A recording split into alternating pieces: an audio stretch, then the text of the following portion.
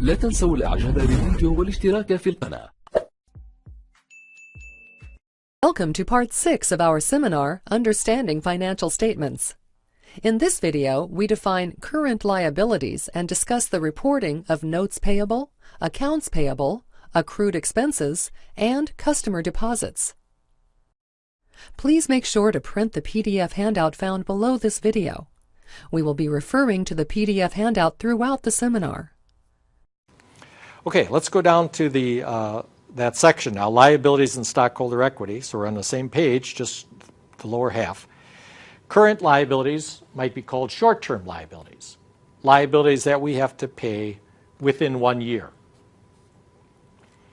And I think it's okay to mention that the rule is a little more complicated than 1 year. It's 1 year or the operating cycle, whichever is longer. So if you're in a unique industry, like distilling some liquor or something that takes more than a year, then you can have longer than a year. But 99.9% of the companies have operating cycles of a few months. In other words, a retailer would buy the stuff this month and hopefully it'll turn over in 4 months. So they might have 3 operating cycles a year. The year is definitely longer, right? But there are a few exceptions, and I thought I'd throw that in. Maybe we'll edit it out, but we'll put it in for now. Okay, so current liability, short term, due within a year. And the first one that we've listed is notes payable. Now, we don't have a particular order within current liabilities like we have up in current assets. So let me just mention the order up in current assets. It's how fast they're going to turn to cash, right? So under current assets, cash is listed first, always. And then what's next that's going to turn to cash? And it's usually temporary investments and receivables, and then inventory after that. So there's some logic to that order under current assets. Under current liabilities, here's what we find in practice, that any notes that are coming due, even if they're due in 11 months, as long as they're coming due within the 1 year, they're going to appear first.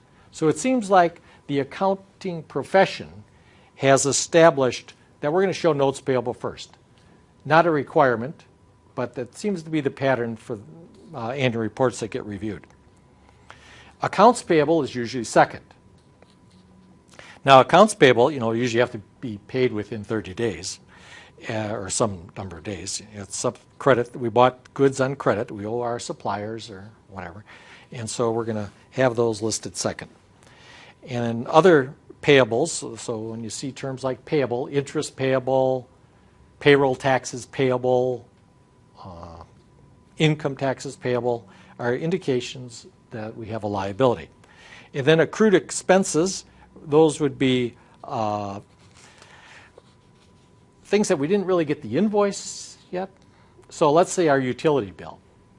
Our utility bill for March electricity isn't going to come till sometime in April, because they're not going to read the meter till April 1st or 2nd, and then the bill gets prepared. We're not going to see it for 11, 12 days, and if we have to do the statement before we get that utility bill, we go and estimate, and we call that an accrual.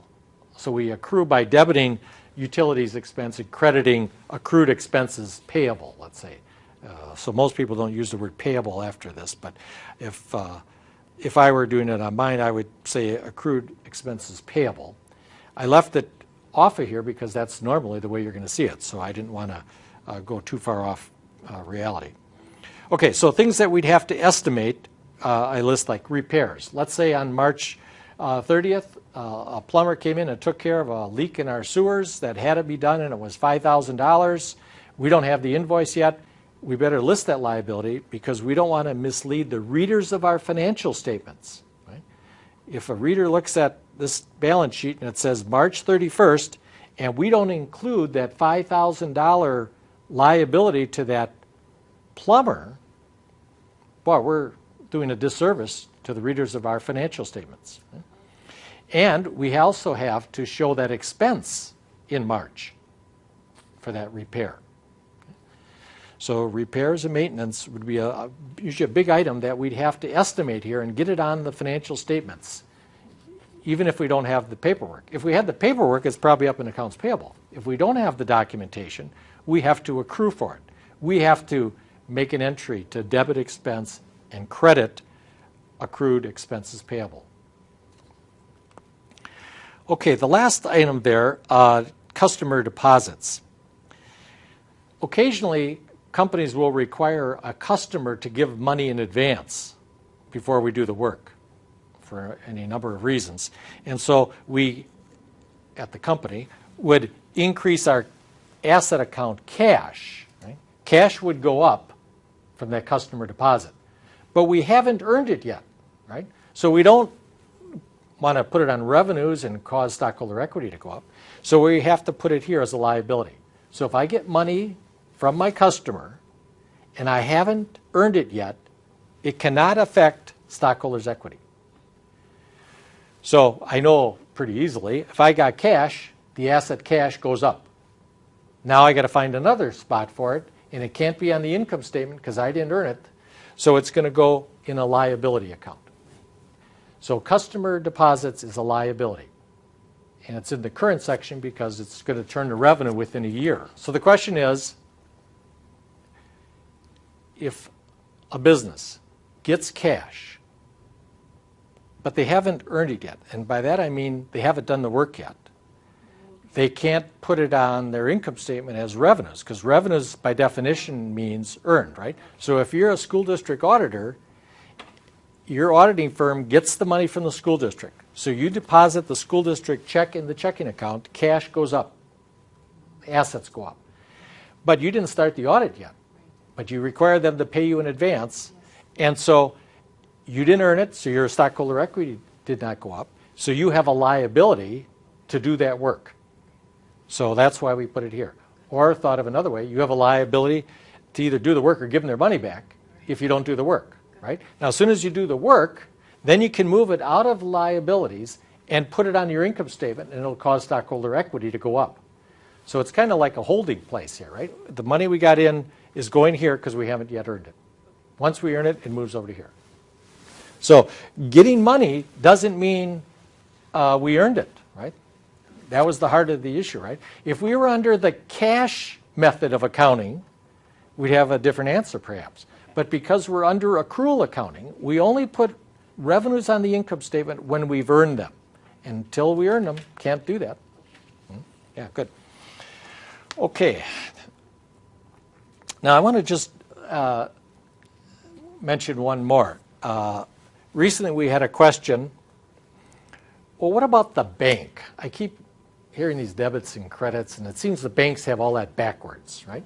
So let's spend a minute to show what happens at a bank's balance sheet. If you take your money, your business money to the bank, they, at the bank, get an asset. Now, they haven't earned anything, right? They're just holding your money. And let's say you deposit it on March 31st, they're going to stick it in the vault, right? So they've got your cash, and it's in the vault.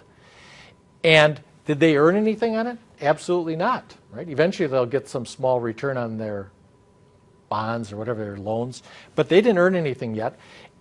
And because it's your business deposit in their checking account, they have a liability to return that money to you, don't they? So at a bank, your checking account is a liability. On your books, your checking account's an asset. But to the bank, your account is a liability. Okay? So at a bank, they'll have your cash, and they have an obligation to honor your check when you present it. Demand deposit. So if you look at a bank's balance sheet, they'll have customer deposits over here, just like we're showing.